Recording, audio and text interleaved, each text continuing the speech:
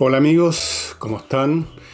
Espero que hayan tenido una grata Navidad, una noche buena, el 24, un día tranquilo, el 25 que penaban las ánimas, por lo menos en Santiago, me imagino que en todas las ciudades de Chile, y que hayan tenido una bonita cena, hayan recibido algún regalo, sobre todo hayan podido dar algún regalo.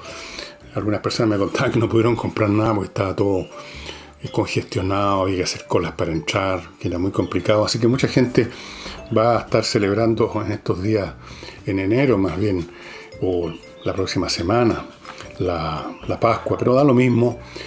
Eh, Vamos a entrar en materia, tocando un tema que creo que lo mencioné, que podía tocarlo porque lo rocé así brevemente en un sábado anterior, y es el de las ciudades, que es un fenómeno tan, hoy en día, en el mundo moderno, tan presente. Es tan difícil no estar en una ciudad, salirse del mundo de la ciudad, el mundo urbano, que es como el agua para los peces. No notamos que somos ciudadanos de ciudades. De ahí viene, entre paréntesis, la palabra ciudadano. Somos habitantes de ciudades, somos seres urbanos. Y va quedando poca gente, menos gente, al revés de lo que pasó a lo largo de casi toda la historia de nuestra raza. Va quedando poca gente que esté conectada todo el tiempo con el campo. Y los que están es solo por un rato. El mundo, por ejemplo, en Chile. Yo lo conocí, el mundo de la ruralidad, en los años 50. Mi padre manejaba una hacienda muy grande cerca de Molina, que a su vez está cerca de Curicó. Se llamaba Hacienda La Valdecina. Y conocí. Y era un mundo donde las personas que trabajaban ahí, los peones, así los llamaban, el capataz, vivían ahí mismo. Vivían o vivían en casas muy modestas, ubicadas en pleno campo, cerca de la hacienda, algunos de ellos adentro incluso. El capataz, don Eufrasio, me acuerdo. Y muy rara vez se movían de ese mundo, el mundo rural. Hoy me cuentan personas que son propietarias o manejan propiedades agrícolas, hablan de un mundo muy distinto. Un mundo donde una gran parte de estas unidades productivas rurales están dedicadas a producir un determinado producto de exportación, o en todo caso que va directo al mercado, y los trabajadores llegan en moto o en bicicleta a trabajar. Son muchos de ellos temporeros, no están pegados a la explotación agrícola X, se van moviendo de un lugar a otro, viven en alguna ciudad o pueblo cercano. Es un mundo totalmente distinto. Y a pesar de que, como les digo, el mundo urbano, la vida urbana, con todo lo que significa, es ahora parte como de la naturaleza del ser humano. Es un fenómeno bastante reciente. Incluso si ponemos en la lista a las primeras expresiones que se remontan hace 6.000 años, pero 6.000 años atrás, los últimos 6.000 años de la historia humana. O sea, el periodo que parte en el año 4000, por así decirlo, antes de Cristo, hasta el presente, es una fracción mínima en la historia global de nuestra raza, del Homo sapiens sapiens, para no sumar a los predecesores del Homo sapiens sapiens, el hombre Cro-Magnon, el hombre de Neandertal, el hombre de Pekín, el Homo erectus, todas esas cosas. Si solamente consideramos el sapiens sapiens, son por lo menos 200.000 años, 100.000 años como mínimo, de historia. De manera que 6 en 100 son el 6%. Y ese 94% transcurrió con prácticamente toda la población asociada a la ruralidad, al mundo, al campo, a la naturaleza, más bien dicho. El campo ya supone una naturaleza más o menos domesticada, donde se está haciendo algún tipo de actividad agrícola. De manera que vivir en ciudades, para decirlo de otra manera, es una cosa reciente. Y estas ciudades mismas, en realidad, durante un largo periodo de estos 6.000 últimos años, no han sido lo que nosotros entendemos por ciudades. Así que voy a hacer una breve historia de estas distintas fases del fenómeno urbano, que tiene un interés, digamos, que va más allá de la cosa propiamente urbana, porque las ciudades son una expresión de la sociedad, del nivel de civilización en que se encuentra el hombre. Son la sociedad en muchos sentidos, o gran parte de ella. De manera tal que cuando uno examina cómo funciona la ciudad, o algo parecido a una ciudad en tal o cual época histórica, lo que estamos examinando es la sociedad en su conjunto, la civilización en su conjunto, las tecnologías en su conjunto. En cualquier caso, cualquier aglomeración urbana o entidad que podemos llamar urbana, que podemos incluso forzando el término llamar ciudad, aunque sea un villorrio de mala muerte, aunque sea una aldea, y en cualquier época en que observemos este fenómeno, ya desde las primeras agrupaciones urbanas, o más bien dicho villorrios, caseríos, ya entonces eso representa siempre el aspecto más avanzado de una sociedad. Es en ese caserío, en ese villorrio, en ese pueblo de mala muerte, en esa ciudad un poco más grande, donde el ser humano, los que viven ahí, no están simplemente dedicados a la labor de cientos de siglos, de simplemente estar encorvados sobre la tierra o buscando o tratando de producir alimento. La aglomeración urbana, por pequeña que sea, por miserable que sea, implica que ya esa sociedad dispone de un excedente para alimentar a los que viven en ese conglomerado. Supone gente que se dedica a actividades distintas a la agricultura propiamente tal o a recolectar. Supone gente que están dedicándose a alguna artesanía. Supone muchas veces ya la formación de una casta sacerdotal a cargo de los rituales religiosos o mágicos. Supone una serie de facilidades materiales y organizacionales para sostener algún tipo de mando, de jefatura. Y todo eso supone la parte más avanzada que ha llegado a una sociedad. En ese villorrio de hace 6, 7, 8 mil años hay por lo menos unos fulanos que están haciendo algo más que enterrar un palo en la tierra para echar una semilla. Están fabricando, están tejiendo, están haciendo cerámica, están tratando de pulir una piedra, están construyendo una vivienda, un granero, un depósito, una tinaja, están trabajando quizás la greda. Todas ellas actividades más sofisticadas que con un palo, antes que se inventara el arado, hacer un hoyo en la tierra para pedir una semilla. Siempre la ciudad representa el aspecto más sofisticado de una sociedad, cualquiera que sea esta sociedad. Eso es lo primero que hay que decir. Y por lo tanto, aunque sea en forma muy embrionaria al principio, el tipo de persona que vive o que vive más tiempo, por lo menos en esa aglomeración, por miserable que sea, tiende a desarrollar un tipo humano al principio un poco y después muy distinto al que está asociado a las labores de la tierra, al campo, a la agricultura, a la recolección, a la caza.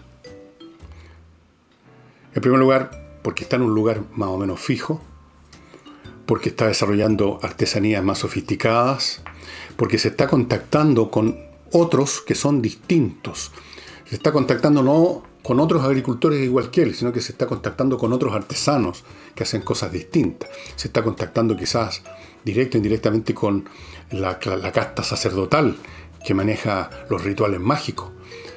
Tiene contacto visual siquiera, pero probablemente también presencial directo con la jefatura, con el jefe de la tribu, con sus cercanos. Se genera un tipo humano diferente, un poco más sofisticado, un poco más, a veces microscópicamente más abierto al mundo, más alerta, porque tiene otras experiencias que son algo más complejas, en el caso de estas primeras formaciones urbanas, que el que está simplemente dedicado a la agricultura. Creo que lo mencioné en este programa de hace 1 o 2 sábados atrás, que las primeras aglomeraciones, o llamémoslas entidades urbanas, corresponden a la etapa neolítica, cuando en distintas partes del planeta, algunos más rápido, otros después, se descubre, se inventa, se desarrolla la agricultura. Cuando se descubre que muchas plantas tienen unos elementos que si uno los pone en la tierra y los cubre y los mantiene quizás regados también, va a emerger el fruto, y si uno ha sembrado muchas de esas semillas van a emerger muchos frutos, y que eso nos va a independizar del proceso basado en la suerte, o en gran parte de la suerte, o de circunstancias ajenas a nosotros, que es la mera recolección. La agricultura es el más grande invento de la humanidad, por lo menos por muchos cientos de miles de años, o miles de años, digamos. Con la agricultura, con la capacidad de generar excedente, aparecen estos primeros villorrios o caseríos neolíticos. Todos los arqueólogos, cuando empiezan a cavar en un sitio donde había una ciudad, ¿qué es lo que encuentran? Encuentran debajo de la ciudad otra ciudad, y a veces los restos de otra ciudad, porque se construye normalmente arriba de ruinas, de lugares donde se había construido antes. Recuerden ustedes que cuando Schliemann, un arqueólogo, un hombre interesado en la historia, aficionado pero bastante importante, el señor Schliemann, creyó saber dónde estaba la famosa ciudad de Troya, de la cual habló Homero en la Ilíada. Se llama Ilíada porque Troyas, no le decían Troya, le decían Ilión. Encontró efectivamente el lugar aparentemente donde estuvo Troya, y encontró, si no me equivoco, 7 ciudades, una sobre otra. Y me parece que se equivocó en cuál de estas ciudades, contadas de arriba para abajo, era la Troya histórica, la Troya de Agamenón, de Héctor, de París, de Helena. Bueno, los que excavan ciudades, esa o cualquier otra, los arqueólogos que están en esto, cuando tienen suficientes medios y suficiente tiempo, porque estos son procesos, entre paréntesis, bastante largos, los de la arqueología, suelen al final llegar a estos villorrios neolíticos.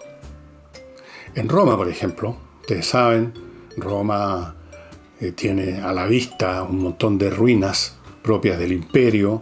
Quedan todavía muy pocas cosas de la época previa al imperio, que es la República, y se hacen permanentemente excavaciones y se encuentran edificios más antiguos, y lo último que se encuentra son elementos pertenecientes a las primeras aglomeraciones urbanas, villorrios neolíticos, porque así partió Roma, como partió en todas partes la civilización.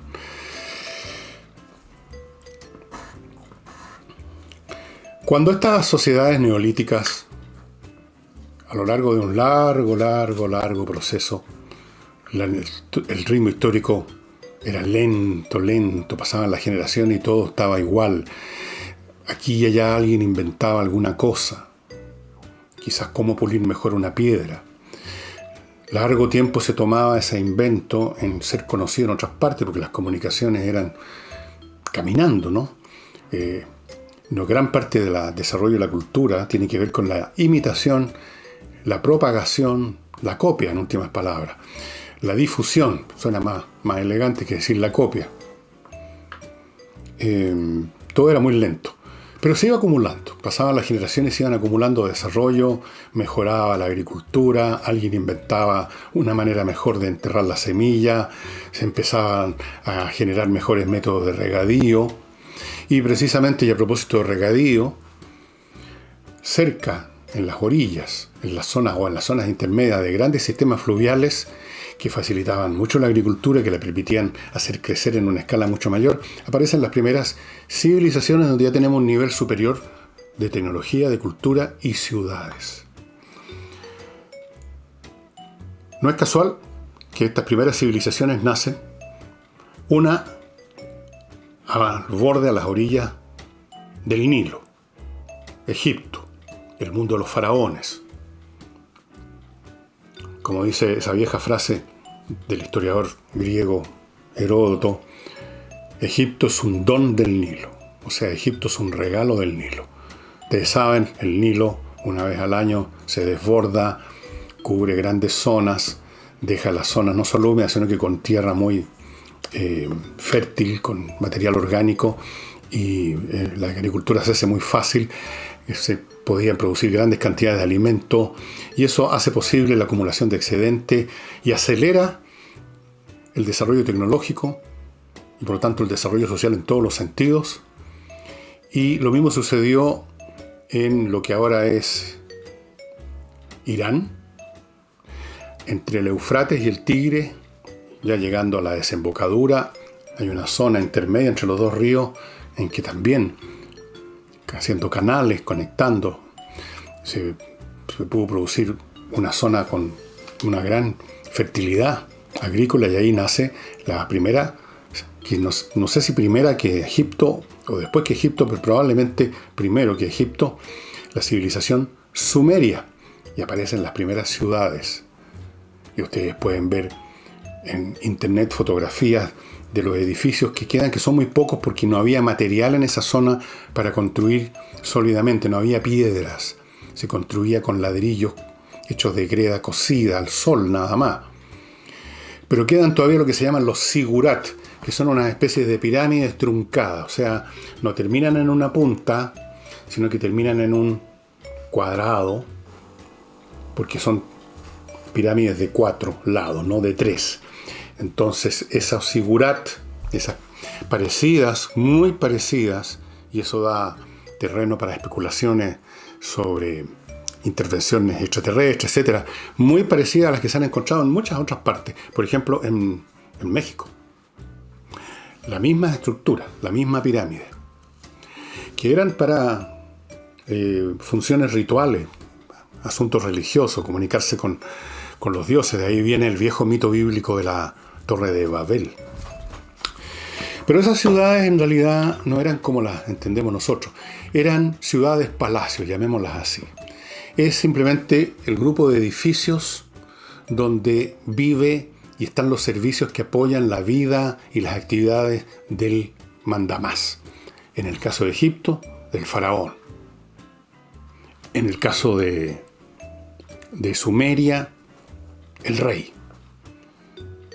Al principio eran ciudades independientes que emergieron en la persona de Sumeria. Ustedes que han oído hablar de Ur, una de las ciudades que se ha excavado. Habían varias, después hubo por supuesto guerras entre ellas, unas con otras, y se formaron entidades mayores, aparecen imperios, donde ya varias ciudades son parte de una sola entidad política. Pero volviendo al tema, la ciudad no es otra cosa que los edificios que tienen que ver con la autoridad real, las funciones sacerdotales y los servicios anexos a ambas cosas. Es decir, hay un palacio, están los zigurat, están quizás unos depósitos donde los campesinos van a dejar lo que tienen sus impuestos en productos agrícolas. Quizás hay unos pocos artesanos que no suelen vivir en palacio. Pero no es una ciudad como la entendemos nosotros, como un conglomerado de viviendas donde toda clase de gente vive y trabaja. Lo mismo en Egipto. En Egipto, cuando usted le oiga hablar de Tebas, de Memphis, qué sé yo, son ciudades de palacio. Son ciudades donde no vive gente común y corriente. La gente común y corriente está todavía viviendo en estas aldeas neolíticas, o muy parecidas a las neolíticas, dedicados al cultivo de la tierra para mantener funcionando esa civilización que se basa en el trabajo de esos labriegos.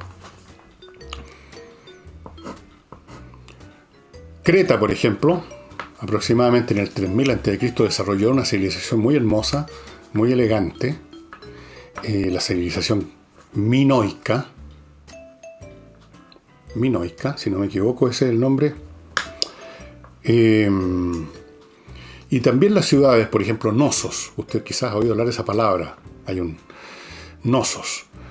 Eran también, básicamente, edificios concentrados en el rey. En depósitos para guardar minoica. La civilización minoica. No eran ciudades habitadas por personas comunes y corrientes. Habían sí artesanos, eran por así decirlo como antiguamente en Chile existía la empleada doméstica puertas adentro. Vivían en alguna dependencia del palacio. En el palacio habían sectores donde se usaban como depósitos de materiales. Estaba la sala del trono. Habían salas o salones más grandes para recibir, para funciones cortesanas. Pero no eran ciudades propiamente tales, a pesar de que se pudieran acumular un número interesante de edificios. Yo les sugiero que vean fotografías en Google de estas ciudades cretenses que son muy, pero muy hermosas. La arquitectura es realmente impresionante. Otro tipo de ciudad que aparece más tarde, mucho más tarde, estas ciudades en Egipto, en Sumeria, estamos hablando de fácilmente de 2000 años antes de Cristo. Ya existen estas entidades. En lo que ahora es Grecia, existían también, en un nivel más pobretón, porque la agricultura era mucho más pobre. Grecia no es un país que tenga muchas facilidades, no es muy hospitalario para la agricultura ni antes ni ahora. Cuestión de ver la geografía de Grecia. Pero habían algunas aglomeraciones urbanas, algunas formas de cultura, la cultura micénica, que muy influida por la minoica, y hay también zonas de construcción que son del rey. Entonces es un mundo donde las ciudades son ciudades palacio. Solo muy tardíamente, mucho más tarde, estamos hablando del siglo VII, VIII quizá, a lo más noveno antes de Cristo, empieza a aparecer un fenómeno nuevo que es la polis. Esto ya no tiene nada que ver con la ciudad-palacio, no tiene nada que ver con el villorrio neolítico. Es una ciudad que es al mismo tiempo una comunidad política. Por ahí viene la palabra política, de polis. Los griegos, tribus originalmente, en algún momento que viven en un territorio, tratando de hacer producir un suelo bastante pobre, tratando de completar, de cerrar el círculo, se unían para defenderse de otros que pudieran llegar a arrebatarles la poca tierra que tenían, los pocos productos que tenían. Se unían en una comunidad política, y esa comunidad política necesitaba un lugar físico donde estar para defenderse, y esa es la polis. La polis básicamente, en primera instancia, es un lugar para defenderse. Y normalmente parten construidas en una zona en altura. Por ejemplo, si ustedes han ido a Atenas, se habrán dado cuenta que el famoso Partenón y otros edificios del periodo clásico griego están en una altura sobre Atenas, en una especie de colina plana, porque de ahí era más fácil defenderse en una altura de un ataque. La polis ya no es el palacio de un rey que tiene sometido a una población de labriegos que aportan parte de su producción para alimentar esa corte, para alimentar a los artesanos del rey, a los soldados del rey, a la clase sacerdotal. No, estos son iguales, más o menos iguales, propietarios de tierras, algunos más ricos que otros, pero todos más o menos igualmente pobres, que se juntan y constituyen una comunidad. Y esa comunidad físicamente se expresa en la polis, que una vez formada, por supuesto, después sufre una serie de procesos internos, políticos, sociológicos. La igualdad empieza como ocurre siempre en toda sociedad, empieza a perderse porque a algunos les va mejor que otros, algunos son más listos que otros, algunos tenían más tierras que otros, o tenían mejores tierras, o trabajaron mejor, o tuvieron más cuevas, lo que sea, y se empiezan a formar una clase de gente más rica, y otros se van quedando atrás, pero ya está constituido eso como una entidad política donde lo que puede ocurrir después es que los más ricos, los más poderosos, los que tienen mejores tierras, se constituyen en un grupo social mucho más estrecho y monopolizan las funciones públicas, pero aún así, básicamente sigue siendo una comunidad política. Y aún los mandamases que se acaparan los cargos más importantes tienen como referente al resto de la población, de muchas maneras distintas. Esa es la polis griega. No es un lugar con mucha habitación humana tampoco, pero hay alguna. Hay gente que está ahí porque son artesanos. Ya ha crecido las artes fabriles, manufactureras. Hay más variedades de manufactura. Ellos viven ahí en la ciudad, intercambian sus productos con los agricultores, comercian con otras ciudades, comercian con otras zonas, con otras sociedades, se embarcan. Los griegos empiezan a recorrer todo el Mediterráneo en sus barcos, comercian con Egipto, comercian con los pueblos que viven en el Medio Oriente, van al norte de África. Entonces, esta polis es mucho más que una ciudad-palacio. Hay más gente viviendo ahí permanentemente, hay habitación humana, pero por supuesto todavía son entidades muy pequeñas físicamente, que dependen del territorio circundante. Es como la capital de un territorio circundante, que es la base material agrícola de la polis. Y las guerras entre estas polis, el fenómeno de la guerra es muy frecuente en Grecia en todos sus periodos, salvo al final cuando caen todos bajo la bota militar de Roma. Es por esta escasa tierra disponible que las ciudades trataban de quitar unos a otros por discusiones de límites, etcétera, etcétera, etcétera. Antes de continuar, amigos, permítanme entrar a mi primer bloque comercial, que lo voy a iniciar con un nuevo auspiciador que recibo con mucho gusto. Es un producto muy especial que se lo voy a explicar cómo funciona y para qué sirve. Es Perlas Pril. Perlas Pril es un producto para generar un agua mucho más pura y mucho más saludable de por vida. ¿En qué consisten estas Perlas Pril? Les voy a mostrar. Ustedes ven este saquito que tiene una especie de maicillo, que es un compuesto químico especial. ¿Qué hace usted con esto? Esto usted lo echa en un contenedor, llamémoslo el contenedor que usted va a usar siempre, por ejemplo de vidrio, ojalá. Echa esto, la bolsita misma, tal como está, o simplemente la abre y echa este producto, que al fondo usted pone 4 litros de agua, y esa agua va a quedar sanitizada de los metales, sobre todo los metales pesados, que están presentes siempre en el agua potable, especialmente cuando el agua potable es, como ocurre en prácticamente todas las ciudades de Chile, agua que viene de la cordillera, que viene avanzando por muchos kilómetros a lo largo de riachuelos, luego de ríos, y por lo tanto va arrastrando metales pesados. Esto elimina estos elementos, todos los elementos, los metales nocivos que vienen arrastrados por el agua, los ácidos, el arsénico, desaparecen. El agua queda absolutamente purificada de todo eso, lo que usted lo logra con un purificador común y corriente, y esa agua luego usted la vierte en otro recipiente, y este recipiente original lo deja ahí, y luego echa otros 4 litros si quiere, y después otros 4 litros, y así puede estar toda la vida produciendo de a 4 litros de un agua absolutamente purificada de todo metal, y que queda en condiciones de hidratar mucho más eficiente el cuerpo, con menos agua incluso. Tiene un montón de virtudes esta agua. La principal, usted no está bebiendo con el agua arsénico, plomo, antimonio, zinc y todos los metales pesados que arrastra el agua y que se van depositando poco a poco en el cuerpo, y finalmente pueden generar alguna situación complicada o disminuir la eficiencia de su metabolismo.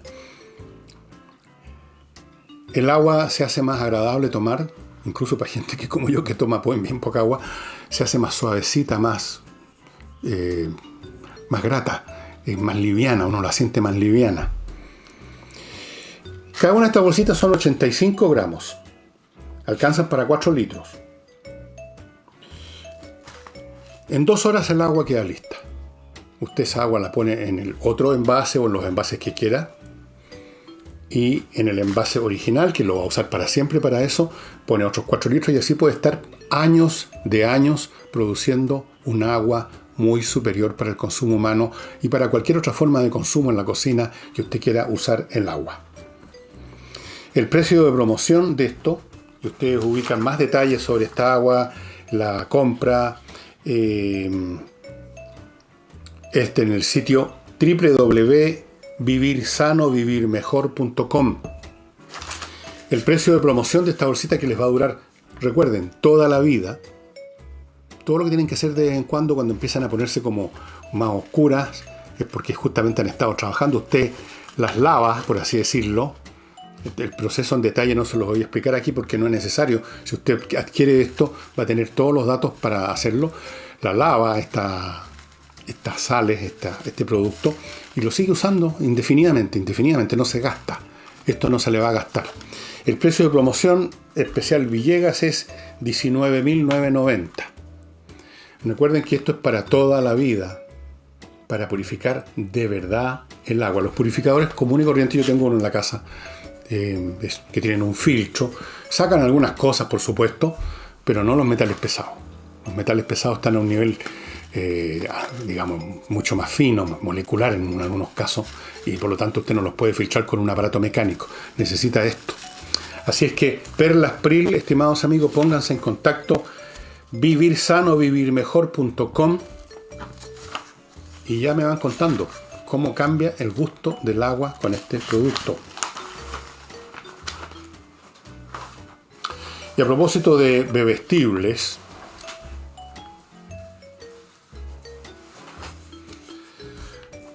una vez que usted se hidrató con agua purificada de todo metal pesado con este producto, usted ya está en condición entonces de tomarse una cañita, ¿no es cierto? Y para esos efectos yo le recomiendo los vinos Love, esta viña chiquita que produce vinos de mucha calidad, están dedicados a la calidad, no a la cantidad, y que le ofrece una buena variedad. Yo aquí les estoy mostrando hace rato el Zaira, pero tengo otras botellas ahí que han sobrevivido, no sé cómo, y hay Cabernet Sauvignon, hay muchas variedades de vino, todas excelentes. Ordene su caja de 6 botellas, que es el mínimo, no pueden trabajar por menos. 6 botellas, ¿qué son 6 botellas? ¿Cuánto le duran 6 botellas a usted, amigo mío? A mí me duran 6 botellas, me duran 6 días, con suerte. A usted a lo mejor le duran más. Bueno, pero como sea, como a usted le gusta el vino, no va a tomarse solo una botella, va a seguir tomando vino. Así que tener 6 botellas no es ningún problema, se las va a tomar igual. 6 botellas, ese es el mínimo, entonces si usted quiere pide más caja al tiro, da lo mismo al final, cuestión de comodidad. Vinos Love. A ver si esta vez me acuerdo de destaparla. Y les recuerdo, amigos, el ajedrez, espacioajedrez.com. Ya pasó la Pascua, pero todavía hay muchos regalos por hacer. A mí me queda una cantidad de gente que no le he podido regalar porque no he podido salir a comprar. No me gusta mucho salir a comprar tampoco. Pero también comprar online ahora era difícil. Así que muchos de nosotros, estoy seguro, estamos en la misma situación de que todavía no hemos terminado de hacer los regalos. Y para un niño habiloso, un niño despierto, un niño de esos distintos, con más inquietudes que lo común, el ajedrez es ideal para desarrollar ese intelecto mucho más. Y dejarlo no solo mucho más ahora, sino que para siempre, porque queda instalado, por así decirlo, un sistema operativo de disciplina, de pensamiento ordenado, de todas las cosas que requiere en forma natural el jugar ajedrez, tal como el jugar o hacer cualquier deporte en forma natural desarrolla los músculos, aunque usted no esté pensando en hacerlo. Espacioajedrez.com. Entre los 2 productos que tienen ahí, la caja con todo lo que se necesita, más el manual y las 3 licencias para entrar a Espacio Ajedrez, así como el reloj digital que también trae 3 licencias, están listos para regalarse, están empaquetaditos, bonitos, listos. Así es que entre a espacioajedrez.com y recuerde que ya Pablo tiene casi listo algunos cursos. Me contaba ayer que si usted entra al sitio va a ver de inmediato el tema de los cursos, así que si está interesado, pregunte más detalles ahí mismo en espacioajedrez.com y vaya viendo. Yo le insisto, yo no se los diría si no fuera cierto. Es muy entretenido el ajedrez. Da lo mismo si usted gana las partidas, las pierde, las empata. Da lo mismo. Si a usted le gusta correr, si a usted le gusta hacer gimnasia, si a usted le gusta ir a a los gimnasios, si a usted le gusta. Estoy seguro que no está creyendo, pensando que va a ir a las próximas Olimpiadas. Lo hace porque le gusta, porque le agrada, porque se siente mejor. Lo mismo pasa con el ajedrez. No necesita convertirse en la niña esta de la serie Gambito de Reina. No, no es necesario. Basta jugar para entretenerse y mantener, si uno ya es viejón, la mente más o menos en buen estado, y si es joven, para desarrollarla. Y continúo con el programa, después vemos el resto de la publicidad y los libros que tengo para ustedes.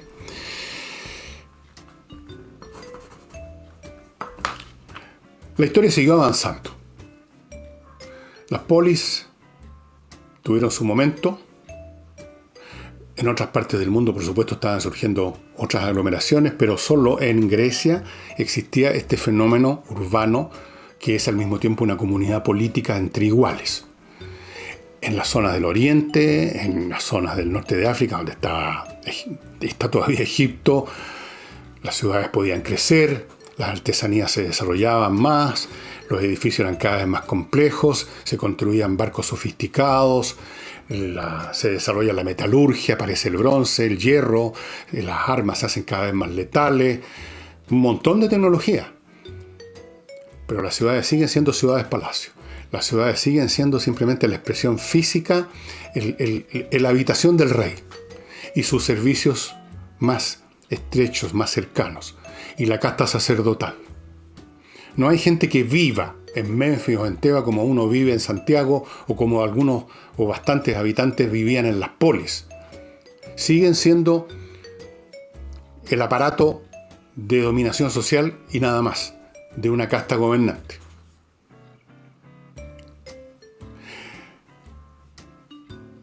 En Italia, mientras se desarrollaba la civilización de la polis en Grecia, por supuesto estaban emergiendo ciudades también. Roma, por ejemplo. Y Roma, hasta cierto punto podemos considerarla una polis, porque también es, desde un principio, una comunidad política. Son las 7 tribus que se unen desde el principio. En un momento dado pasa un periodo en que son dominados por los etruscos, que es una civilización más desarrollada que estaba al norte de Roma, pero luego se deshacen de los etruscos, y Roma es no simplemente un agregado de edificios para que viva el monarca, sus sacerdotes y sus servidores, sino que es una ciudad propiamente tal en el sentido polis. Es decir, todavía la más grande parte de la población romana vive en sus campos, ahí donde tienen sus terrenos, sus granjas, sus parcelas, trabajándolas ahí. No van todos los días necesariamente a la ciudad, solo van para ciertas funciones religiosas y políticas. Hay elecciones, pero también hay gente que vive, hay artesanos, hay especialistas en distintas actividades fabriles, y es por lo tanto, por así decirlo, una polis, aunque nunca se dio ese nombre a sí misma.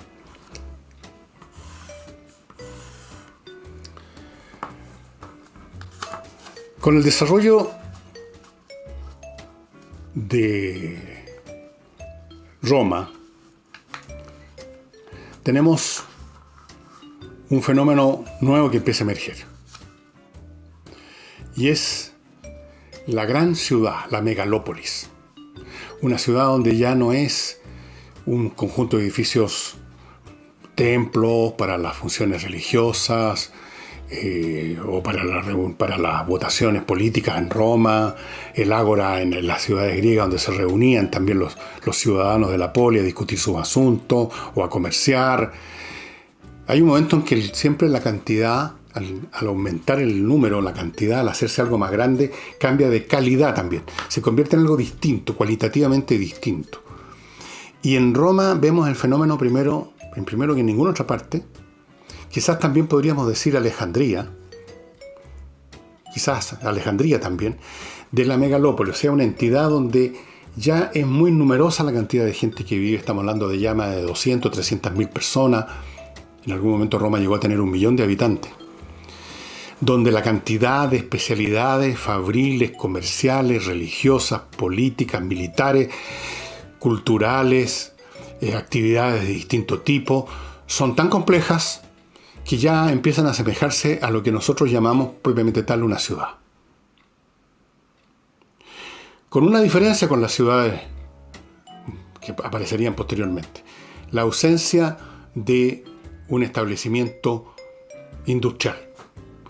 Es una civilización, la civilización antigua, o sea, estoy abarcando todo el periodo que abarca las poligriegas, las ciudades después de los reinos helenísticos, la misma Roma. Son ciudades donde hay actividades manufactureras, pero en manos de artesanos, cuando mucho reunidos unos cuantos artesanos en un solo lugar, como fenómeno muy raro, una especie de fábrica, pero en el fondo no es una fábrica en realidad, sino que es una acumulación de artesanos trabajando bajo un mismo techo. Pero el fenómeno industrial no existe porque no existe industria todavía. No existe la tecnología. La economía funciona básicamente a base de la agricultura. El 90% del producto de esa sociedad es agricultura, productos agrícolas. El otro 10% es, digamos, el PGB que nace del comercio, de las artesanías, cosas como esas. Pero la mayor parte de la producción es agrícola. Entonces estas ciudades enormes, si ustedes las visitaran con una máquina del tiempo, dirían, tiene muy parecido a una ciudad moderna, salvo porque por supuesto no hay vehículos motorizados, pero hay tacos. En Roma había tacos de carretas, habían normas de tránsito para que no pudieran desfilar a ciertas horas las carretas por el ruido nocturno. Habían todos los elementos de concentración, de anonimato, de mucha gente que no se conoce, de sectores sociales muy distintos entre sí que viven en distintos barrios. Todo eso es muy moderno, salvo porque no hay industria. Es un mundo como el de ahora, pero sin industria. Luego tenemos otro fenómeno, cuando cae el Imperio Romano. Un fenómeno que se desarrolla en Europa y que es la ciudad del medioevo. Algunas partiendo de lo que quedó de la antigüedad, que se habían arruinado, que se habían despoblado, muchos de sus edificios se habían caído, no habían sido mantenidos, se habían arruinado, un poco como lo que ustedes ven en Roma, en el Foro Romano, o un poco menos. Nadie o muy poca gente vivía ahí. Pero en un momento dado empiezan a repoblarse esas ciudades o se empiezan a formar otras en la misma medida en que empieza a crecer la actividad económica, el comercio. La actividad económica siempre es básica en la historia de una sociedad, eso es evidente, la producción de las cosas con las cuales y de las cuales vivimos. Es tan simple como eso, no puede ser de otro modo. Empieza a crecer el comercio. Las cruzadas nos conectan a Europa por medio de guerras, pero también por medio del contacto humano con otras zonas. Empieza a haber comercio. Muchas veces en la antigüedad había comercio con la misma sociedad con la cual se estaba guerreando, eran como actividades paralelas. Y empieza a surgir la ciudad medieval, generalmente rodeada de una muralla, encerrada en una muralla para defenderse. Era un mundo muy belicoso el de la Edad Media, los señores guerreando unos con otros para quitarse tierras, rodeada por una muralla, con una cantidad importante de comerciantes, con una cantidad importante y creciente de gremios. Estos artesanos empiezan a organizarse como gremios y empieza a emerger la ciudad medieval no solo como una agregación de todas estas cosas que les he dicho, edificios, casas, porque empieza a vivir gente ahí, sino que además adquiere el sentido de ser un reducto de libertad. Había una frase en la antigüedad que decía: el aire de las ciudades vuelve libre, hace libre a las personas. El siervo de la tierra, que estaba atado a la producción de determinada parcela en una determinada propiedad de un determinado señor de la tierra, de un varón, de un conde, de quien fuera. Era un siervo, tenía algunos beneficios y tenía que hacer una serie de prestaciones bastante pesadas. No podía llegar e irse a otro lado así como así. Pero si llegaba, ya sea porque se escapara o por cualquier otro motivo, llegaba a una ciudad, se convertía en hombre libre. Era entonces un reducto de libertad, y es a partir de las ciudades medievales, con su actividad económica importante de comercio, con este nuevo espíritu que empieza a crecer, a florecer y a expandirse entre quienes viven ahí. De ahí viene la expresión el burgués, el que vive en un burgo. Así llamaban a las ciudades medievales, un burgo. El burgués, gran burgués o pequeño burgués, tiene un espíritu completamente distinto al siervo. Es un hombre que se las arregla con sus manos, con su trabajo, con su producción en un taller. No depende de un señor, no tiene que hacerle reverencia ni entregarle la mitad o más de su producción. Entonces es un mundo distinto. Y a partir de sus burgos, que las monarquías que habían estado durante siglos, no siendo más que el primero primo inter pares, otro señor feudal más, al cual se le daba algunos pocos más grados de respeto por ser representativo del conjunto, pero que no era más fuerte y muchas veces era mucho menos fuerte que cualquier señor feudal importante. Estos reyes empiezan a encontrar una base de apoyo político, material y económico en los burgos, o sea, en la actividad de los burgos, en la actividad de los comerciantes. Los comerciantes están interesados en librarse de la tutela de los señores, están interesados, por lo tanto, en aliarse con el rey para obtener más libertad, para obtener más fueros. Las libertades que obtenían los burgos y sus habitantes de los señores que básicamente todavía eran propietarios del territorio donde estaba una ciudad o un burgo, otorgaban fueros, ciertas patentes, ciertos derechos especiales a cambio de lo que esa ciudad le podía dar a ese señor feudal. Pagos, patentes y algún tipo de beneficios económicos, básicamente. Entonces, por un lado el burgo negociaba con el señor de la tierra que podía abarcar muchas ciudades, y por otro lado los burgueses, estaban en una relación con el rey para ir adquiriendo cada vez más autonomía. Es una historia larga en Europa que va por lo menos del siglo XII o XIII, después de Cristo por supuesto, hasta ya cuando en un momento dado el mundo feudal se desmorona, siglo XVI, XVII, y estamos en presencia de un panorama social completamente diferente. Y el burgo, esta ciudad medieval, es la encarnación, la representación y el pivote de esa nueva sociedad que va a emerger, que es la sociedad del reino, del Estado-nación, con un rey que ya sí tiene mucho más poder que cualquier otro, que tiene ejércitos estables, que tiene una relación distinta con su nobleza, que empieza a depender de él más que ser el rey el que dependía de aquello. Es un mundo diferente, es el mundo de los grandes reinos europeos del siglo XVI en adelante, hasta que los reinos a su vez, como entidades políticas, sociales y culturales, entran en contradicción con el medio ambiente, con las condiciones económicas, etc., y se derrumban, terminan por derrumbarse. Fíjense ustedes que tardíamente, a principios del siglo XX, después de la Primera Guerra Mundial, ahí desaparece el Imperio Turco, desaparece el Imperio Austrohúngaro, el Imperio Alemán, el Imperio Zarista, desaparecen un montón de cosas. Y los reinos que quedan son solo reinos de adorno. El rey de Inglaterra o la reina de Inglaterra en este caso no gobierna. Lo mismo en Holanda o en España, no gobiernan. Son simplemente figuras decorativas, en cierto sentido. Esa es la ciudad medieval. Antes de pasar a la ciudad industrial y luego a la ciudad postindustrial, permítanme recordarles, amigos, Kame, una empresa chilena de informática que ofrece el software ideal para las pymes, a la medida de las pymes, ni más ni menos. Estos software ellos los arriendan, hay planes desde 15 UF al año, y les puedo asegurar por experiencia que es un software que facilita enormemente la gestión de una pyme, que suele ser formada por personas que vienen de otras actividades, quizás no tienen experiencia, no han estudiado ingeniería comercial, el papá no era dueño de alguna empresa, simplemente uno la creó y luego no sabe cómo diablos se maneja uno con todo eso. Ahí está este software Kame.cl, estimados amigos. Y para mantener y cuidar y mejorar su jardín, da lo mismo el tamaño, eljardinero.cl. Eljardinero.cl. Amigos, el jardín no es cosa solamente de regar, cosa que muchos no hacen por lo demás, por lo que he visto. Algunas municipalidades riegan muy mal también, o no riegan ya.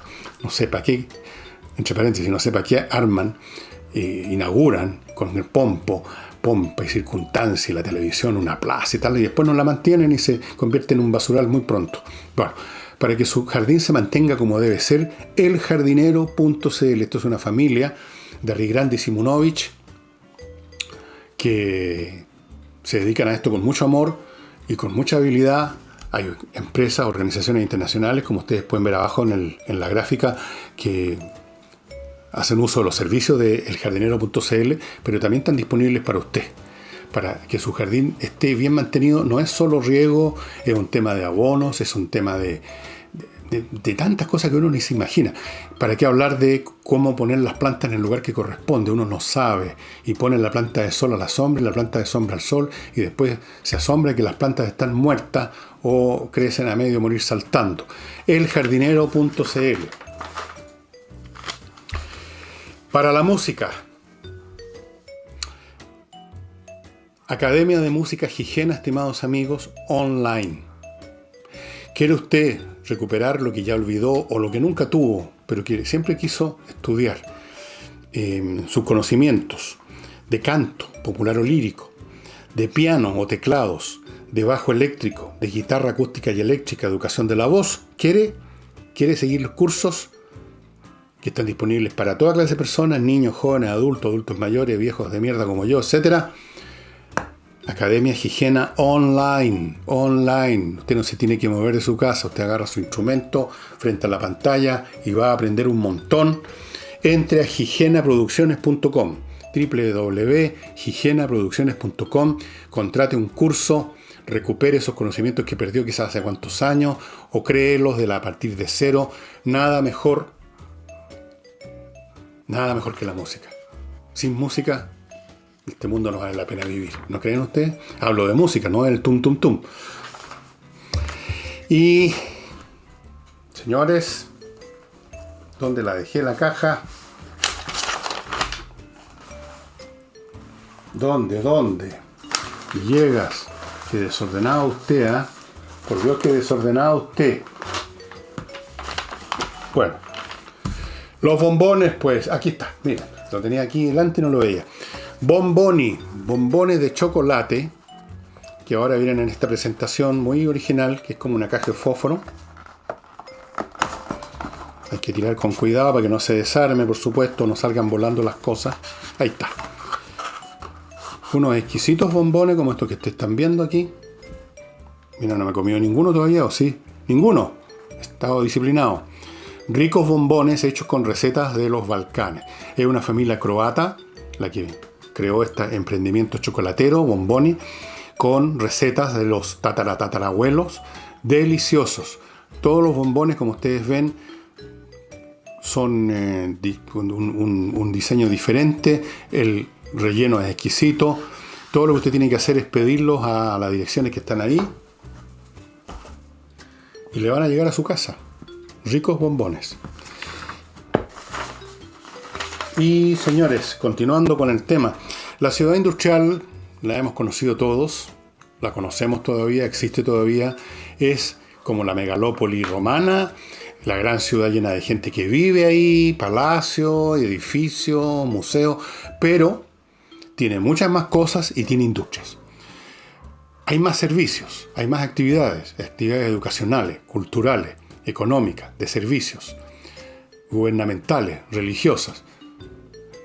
Se concentra en una ciudad moderna, se concentra en la sociedad. Si usted sale de la ciudad y va al campo, usted entra a un mundo más simple, donde lo esencial ahí es la actividad agrícola, no hay más. Es la actividad agrícola. En las ciudades es donde se concentran e interactúan todas las actividades. Y por lo tanto, lo que les mencioné de un principio, esta distancia que se empieza a generar entre el hombre rural y el hombre urbano, primero muy leve, casi invisible, crece enormemente. El hombre urbano, en una ciudad moderna industrial, es un tipo de persona completamente distinta a una persona que vive en el campo, que trabaja en el campo. ¿Para qué vamos a hablar de las diferencias? Todas las conocemos.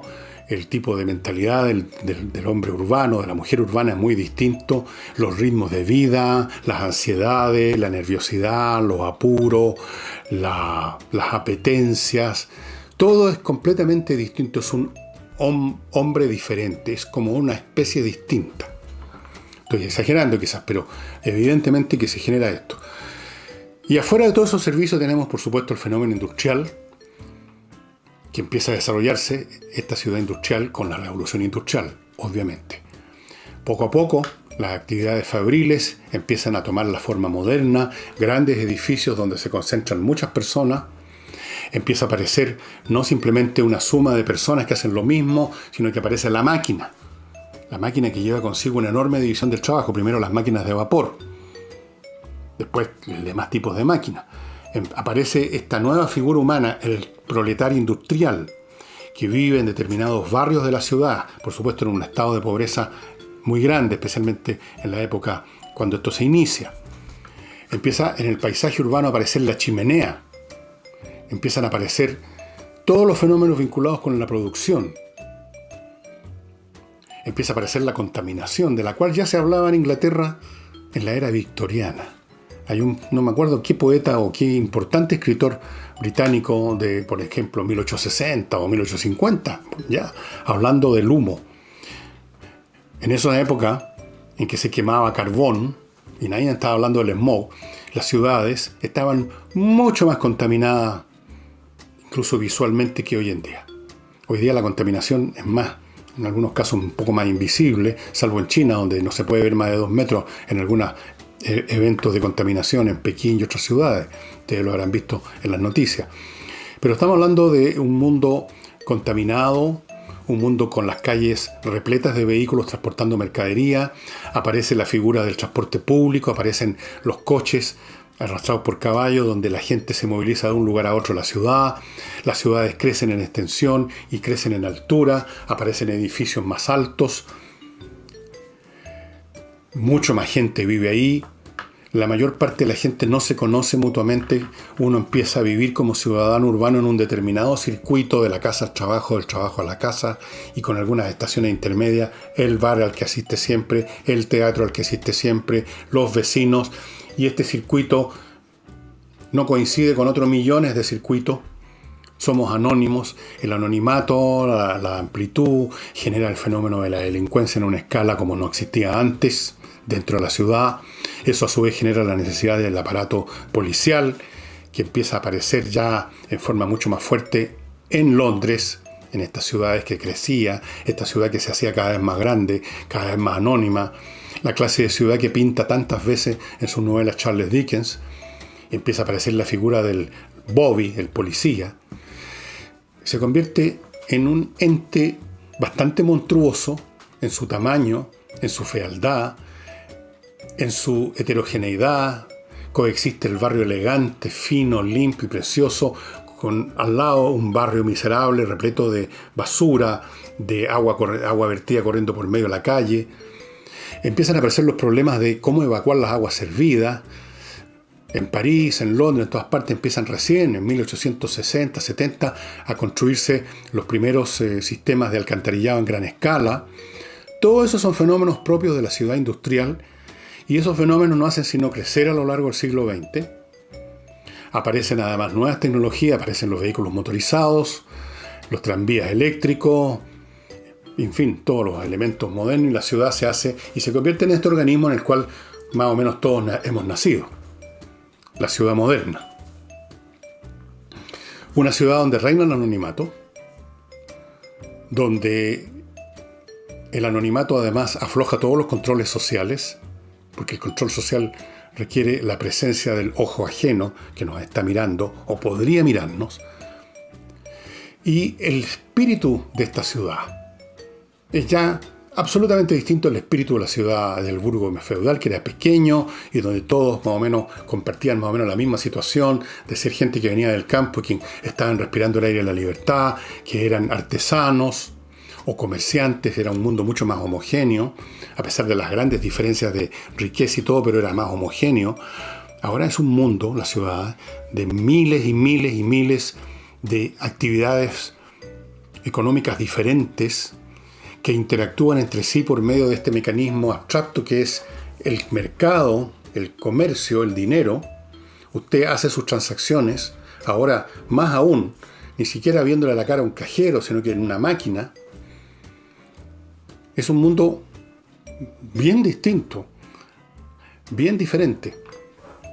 Y vamos en camino a otra clase de ciudad todavía, del cual no podemos dar ninguna característica porque no se ha formado y uno ve simplemente algunos embriones, pero estos embriones no sabemos si son embriones de una cosa angelical o de un monstruo, no sabemos cuál de los múltiples caminos posibles va a seguir, y si va a seguir en todas partes ese mismo camino o van a haber muchos caminos distintos, que es lo más probable, no podemos saber.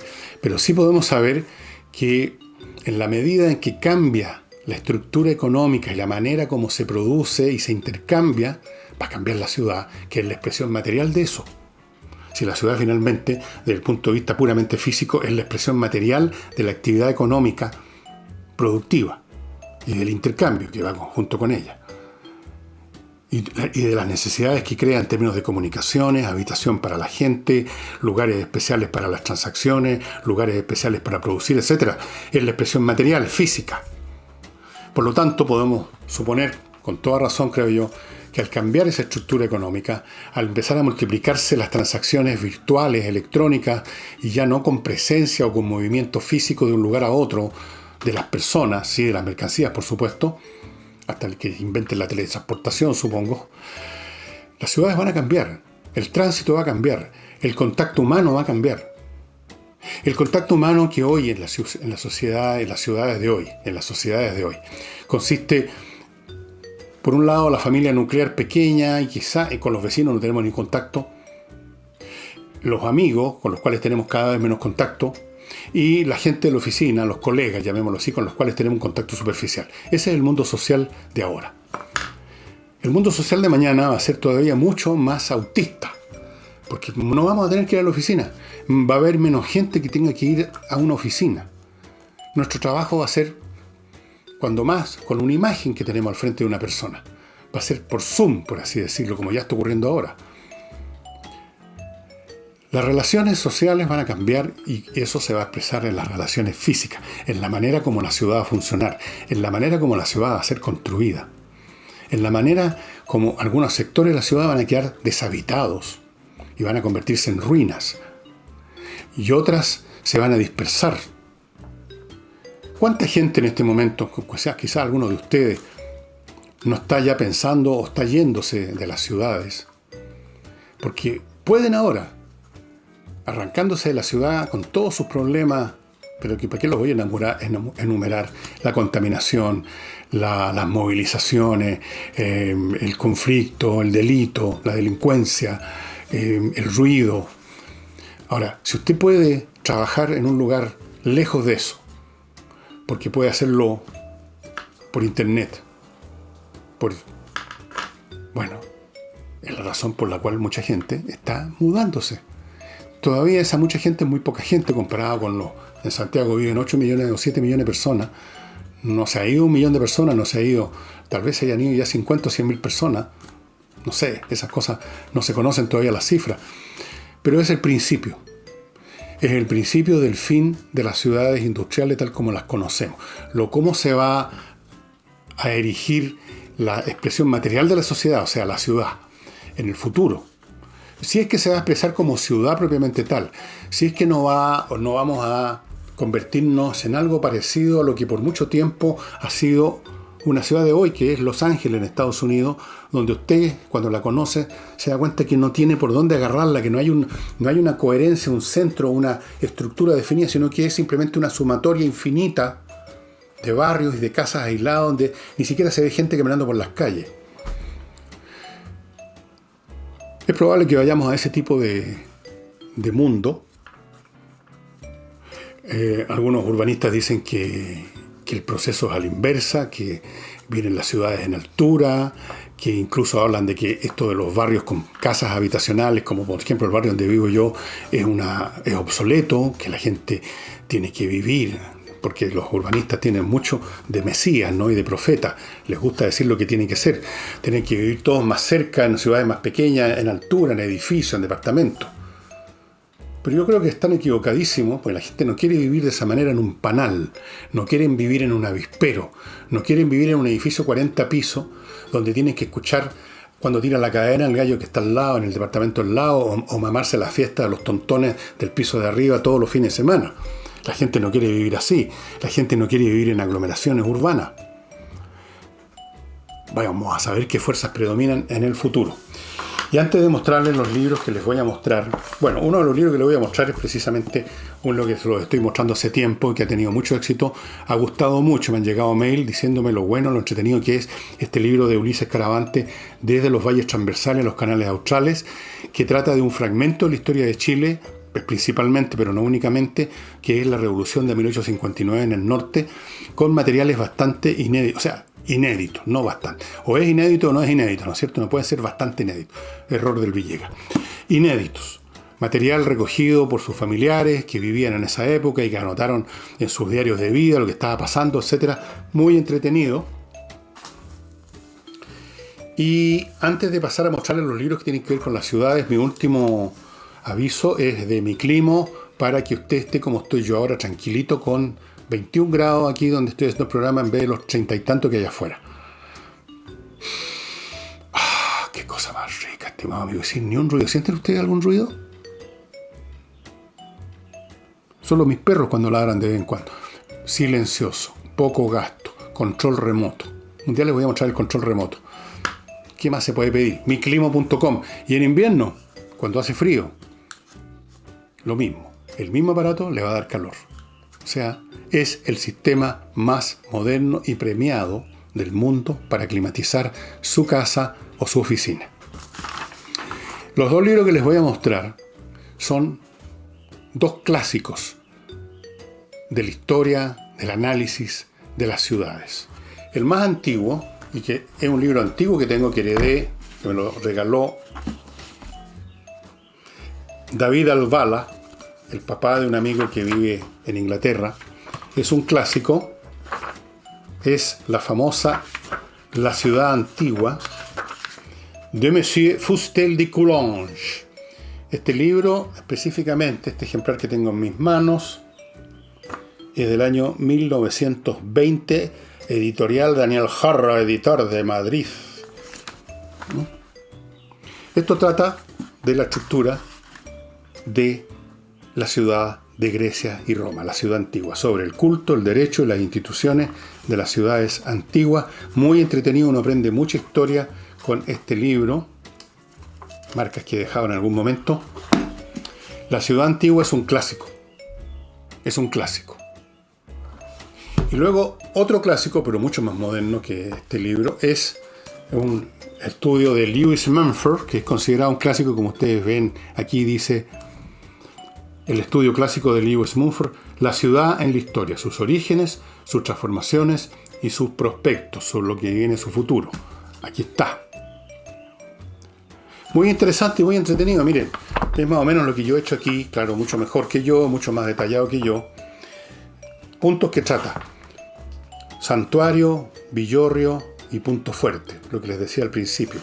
La cristalización de las ciudades, formas ancestrales y patrones, la naturaleza de la ciudad antigua, la emergencia de la polis, ciudadanos versus la ciudad ideal, las ciudades del periodo helenístico, megalópolis y necrópolis, y así después la ciudad medieval, la estructura, se me había olvidado mencionarles la ciudad barroca, brevemente una ciudad donde ya moderna, con mucha producción artesanal, con mucha actividad, con muchas cuestiones, y que se caracteriza por la inmensidad, majestuosidad de la construcción real. En el momento del barroco, siglo XVII, en que los reyes, que recién una o dos generaciones en que las monarquías se han estabilizado, se han consolidado, y esto lo manifiestan físicamente en grandes palacios, en grandes construcciones, por ejemplo en Francia, Versalles. Bueno, este es un libro fantástico, me acuerdo la primera vez que lo leí, mucha fotografía ilustrativa. La primera vez que lo leí fue cuando estaba en primer año o antes, en el colegio, antes de entrar a la universidad. Después, muchos años después, lo compré en esta versión, su versión original. Y es un libro muy entretenido, porque uno no es solamente un tema arquitectónico de la ciudad, en el fondo es una historia de la civilización, diría yo, a través de su expresión física en la ciudad. Entonces, la ciudad antigua de Fustel de Coulanges, que existen millones de ediciones más modernas que esta que tengo en mis manos, que tiene el encanto de las páginas ya cafés, por supuesto. Pero eso es placer de bibliófilo. Son personajes todos medios locos, por supuesto. Y eso sería todo, estimados amigos. Mañana vamos a hacer el programa con Álvaro Salas. Los dejo muy invitados. Por favor, acompáñennos. Vamos a tratar una cosa re interesante. Los premios en el cine. ¿De dónde salieron los premios? ¿Quién se le ocurrió esto de premiar una vez al año a las películas o los documentales? ¿De dónde salió el Oscar? ¿Quién inventó el Globo de Oro? Todas esas cosas las vamos a ver mañana. Y por supuesto, además, junto con el humor que siempre está presente de Álvaro Salas. Y eso sería todo, estimados amigos. Nos vemos mañana.